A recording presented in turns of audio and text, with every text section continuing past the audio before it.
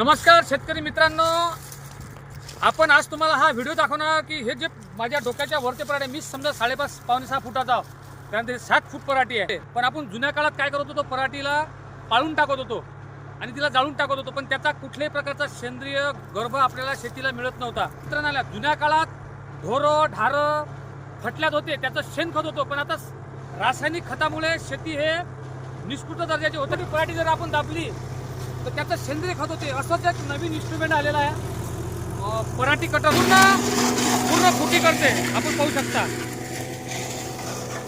तिथून आपण पैसा काढतो, पण त्या शेतीची परतफेड आपण करत नाही.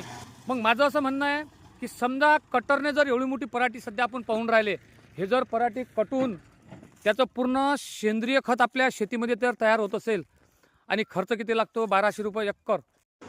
हे 1200 रुपये महाग जरी वाटत असतील, पण एका एकराचा खर्च व्हीपातचा 1000 रुपये, वेस्टनं 500 रुपये आणि त्याचा उपयोग काहीच नाही. त्यापेक्षा हे कटर करणे कधीही परवडते. असं म्हणणं आहे, आपण जेव्हा धुऱ्या धाऱ्यावर पत्रकारे असते की त्या धुऱ्या धाऱ्यावर त्या पालापाचोळा त्याचं सेंद्रिय खत होते आणि त्या सेंद्रियच्या खताच्या गर्भामुळे धुऱ्यावरच्या पराठीला जास्तीत जास्त माल लागते.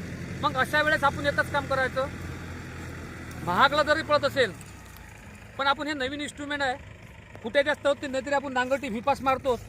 अशा वेळेस नांगरटी व्हीपासच्या 4 आणि 8 बोटं ते खुट्या राहतात, ते आपल्याला नाहीतरी पराठी आपण वेचतो. कटर प्रत्येक तालुक्यात आहे, पण ज्या एरियात समजा कटर नसलं किंवा वेळ लागते, म्हणून अशा वेळेस माऊली धांडे इथं केतन गिरधारी बर्डे, मुक्काम पोस्ट माऊली धांडे, तालुका दर्यापूर. मी खाली फोन नंबर देतो. समजा तुम्हाला जर कटर लागलंच तर नक्कीच तुम्ही यांच्यासोबत संपर्क साधा. माझा उद्देश हा नाही आहे की केतन बर्डे यांना व्यवसाय भेटला पाहिजे म्हणून, शेतकरी उपयोगाचं हे इन्स्ट्रुमेंट आहे म्हणून मी तुम्हाला सांगतो. त्यांनी घरच्यासाठी आणलं होतं, पण आज त्यांना 40 एकराची पराठी, त्याला अनुभव असल्यामुळे ते घरचंही पाडते आणि लोकसुद्धा माऊली धांडेतले त्याकडे वळलेले आहेत. असेच व्हिडिओ पाहण्याकरता पाहत राहा गन्ना का फन्ना यूट्यूब चॅनल. प्रस्तुत करता गणेश साखरे, कॅमेरामॅन जगदीश बर्डेसह. धन्यवाद. प्रिय दर्शकों, गन्ना का